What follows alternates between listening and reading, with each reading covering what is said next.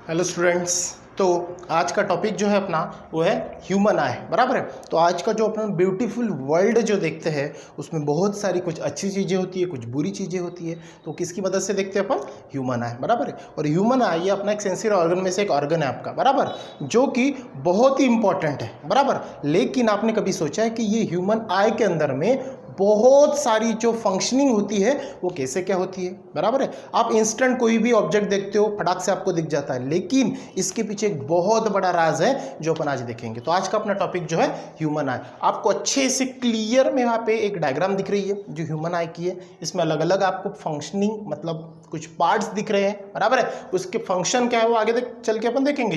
तो सबसे पहले देखो यहाँ पे क्या दिख रहा है आपको? Ciliary muscles, iris, pupil, crystalline lens, corneas, sclerotic coat, chloride, retina, optic disc, optic nerve and muscles. ये क्या है? अलग अलग आपको ये पार्ट दिख रहे हैं। Got it? ये किसके हैं? ह्यूमन आई। आपके किताब में अच्छे से डायग्राम दिए और अच्छे से इनके पार्ट्स भी दिए। Got it? अब इनका फंक्शन क्या है ह्यूमन आई के अंदर में वो अपन वन बाय वन देखते हैं, ठीक है। चलो, सबसे पहले क्या है? कॉर्निया। सबसे पहले क्या है? कॉर्निया। अब ये होता क्या है, ठीक है। अब कोई भी चीज अगर आपको देखनी है तो आपको पता है यस लाइट की जरूरत होती है। जब रात में लाइट चली जाती है तो अपने घर में पूरा अंधेरा छा जाता है, आपको कोई भी चीज दिखाई नहीं देती है जब तक कि आप टॉर्च, लाइट, कुछ भी जो रोशनी क्रिएट्स करने वाली चीज है वो नहीं लगाते, तब तक कि आपको कोई चीज दिखती नहीं। इसका मतलब वही है कि जब कोई लाइट रेज किसी चीज के ऊपर जाके रिफ्लेक्ट होके आपके आंखों में एंटर नहीं होती है तब तक कि आपको कोई भी चीज दिखाई नहीं देती है। Got it? तो उसी प्रकार कोई भी चीज अगर आपको देखनी है तो आपको लाइट रेज आपके आंखों के अंदर में एंटर करनी पड़ेगी। अब आप खुद से तो नहीं करोगे, तो आपके आंखों में एक फंक्शन होता है या फिर एक पार्ट होता है जिसका नाम है सिलियरी मसल्स, बराबर है। अब ये जो सिलियरी मसल्स है ये क्या करते हैं?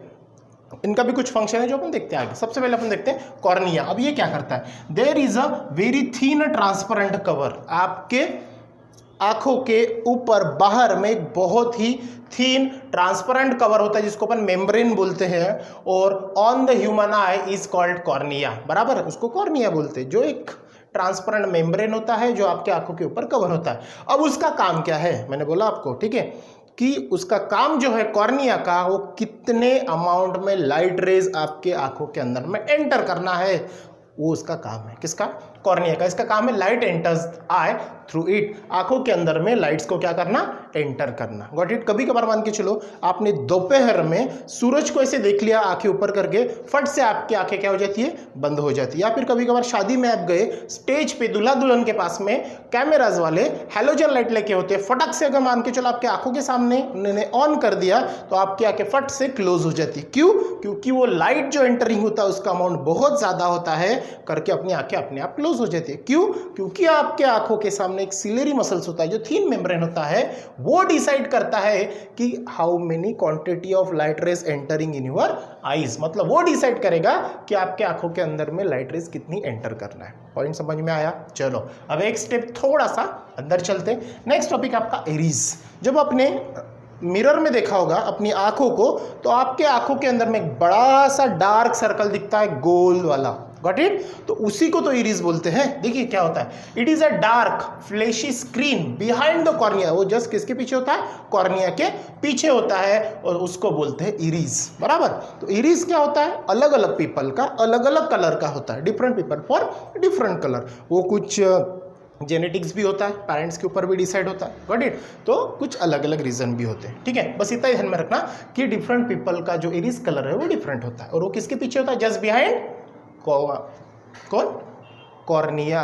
Got it? चलो थर्ड पॉइंट देखते हैं, पपील।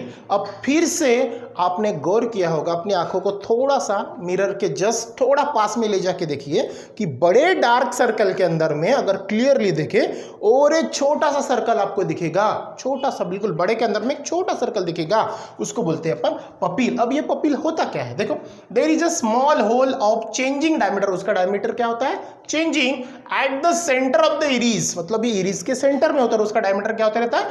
चेंज।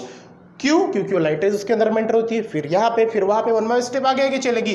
तो जो डायमीटर उसका चेंजिंग होगा at the centre of the iris which is called pupil. Point समझ में आया? तो ये पपिल का काम क्या है वो आगे चल के अपन देखते हैं, ठीक है। उसके बाद में है उसके जस्ट पीछे देखो, सबसे पहले अपन आई के अंदर में भी एंटर हो रहे वन बाय वन। सबसे पहले कॉर्निया मिला, उसके पीछे इरिस मिला, फिर उसके पीछे कौन मिला?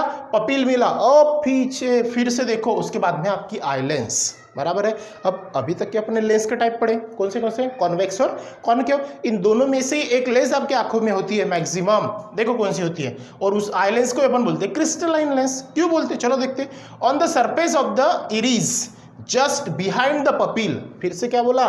इरिस का सरफेस और पपिल के behind the pupil there is a eye lens और double convex transparent crystalline lens, और उसी को क्या बोला उसने? ट्रांसपेरेंट। उसके बाद में फिर से एक वर्ड यूज किया, double convex transparent crystalline lens. मतलब लाइट रे जो भी आएगी, कॉर्नियल आएगा, फिर इरिस पे आएगी, फिर पपिल पे आएगी, उसके पीछे कौन है? आई लेंस है। अब फिर से आपको पता है लेंस के ऊपर अगर लाइट रेज आती है तो वो क्या करती है? रिफ्रैक्ट करने के बाद उसको कॉन्वर्ज करती है, तो कॉन्वर्ज कहीं ना कहीं तो करेगी।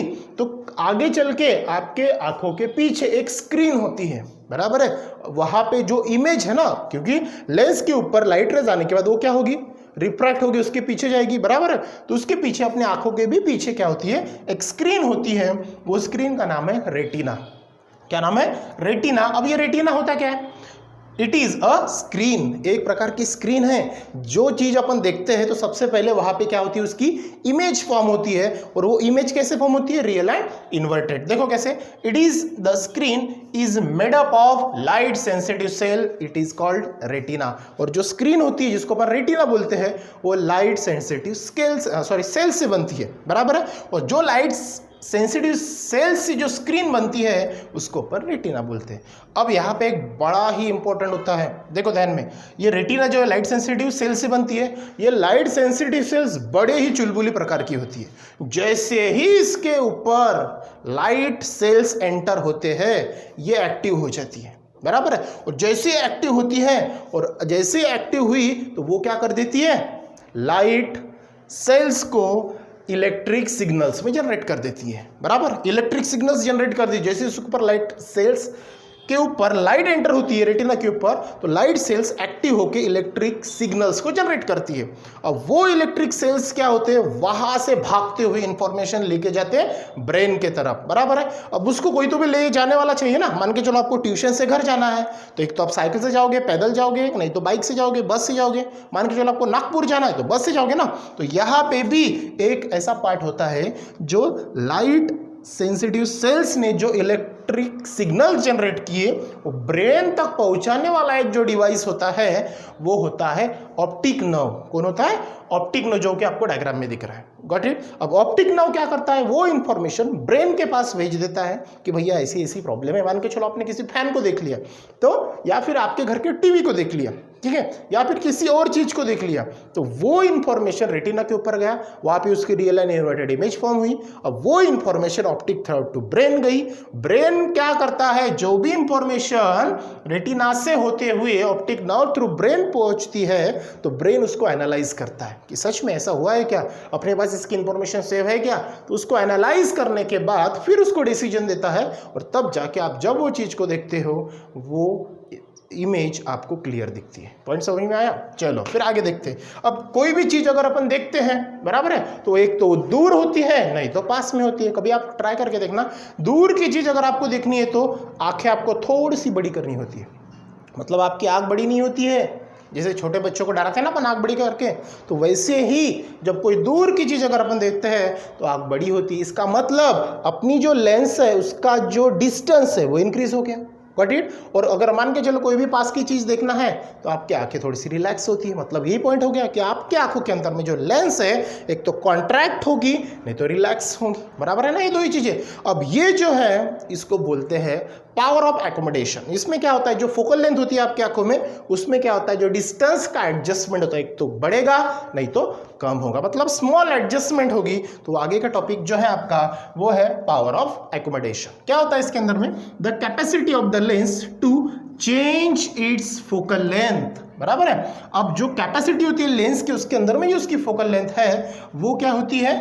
चेंज होती है, ठीक है, एज पर नीड।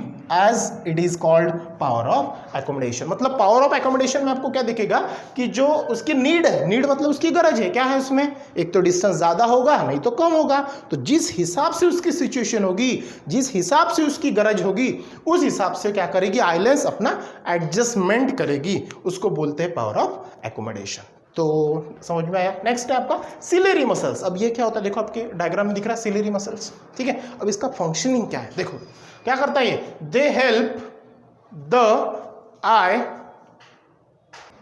ठीक है, the help of eye lens to adjust the focal length depending on the distance of object by corresponding by contracting और रिलैक्सिंग, बराबर। अब सिलेरी मसल्स का काम क्या है, जो मैंने आपको पहले बोला कि लाइट रेज जब आंखों के अंदर में एंटर होती है, ये सब फंक्शनिंग जब होता है, तब क्या होता है, जो डिस्टेंस होता है, जो भी ऑब्जेक्ट को आप देख रहे हो, एक तो दूर होगा नहीं तो पास में होगा। जैसे आपके मोबाइल में जब आप कोई फोटो निकालते हो तो स्क्रीन के ऊपर ऐसे टिक करते हो, बराबर है, तो वहां पे एक तो ऐसे लोबो फेस पे क्या होता है, सेटअप होता है। उसी प्रकार अपने आंखों में भी होता है, एक तो क्या हो जाएगा, कॉन्ट्रैक्ट होगा नहीं तो रिलैक्स होगा। तो ये जो एडजस्टमेंट है, अपनी आंखों में जो एडजस्टमेंट करती है, वो करता है सिलेरी मसल्स। और लास्ट टॉपिक जो है ऑप्टिक नर्व, मैंने उसके बारे में आपको पहले बताया कि रेटिना के ऊपर जब इलेक्ट्रिक सिग्नल्स, जो electric cell, sensitive cells electric signals को जनरेट करती है, तो वो वहां से लेके ब्रेन तक पहुंचाने का काम जो है वो मतलब ऑप्टिक नर्व करता है। वो क्या करता है, sensitive cells on retina get excited, ठीक है। तो आपको रेटिना का ऑप्टिक नर्व का काम समझ में आया, क्या करती है वो, the sensitive cells on retina get excited when light falls on them and generate electrical signals. Optic nerve carries this signals to the brain, मतलब जो भी इलेक्ट्रिक सिग्नल्स है वो नर्व टू ब्रेन तक पहुंचाने का काम ये कौन करता है, ऑप्टिक नर्व्स करता है। व्हाट इट पॉइंट समझ में आया आपको कि ये ऑप्टिक नर्व्स क्या करती है। ये था आपका आई लेंस, बराबर है, मतलब ह्यूमन आई जो उसका काम है। अब आगे चल के क्या होगा, ये जो ह्यूमन आई है इसमें बहुत सारे डिफेक्ट्स आते हैं, वो जो पार्ट है अपन पढ़ेंगे नेक्स्ट वीडियोज में, ठीक है।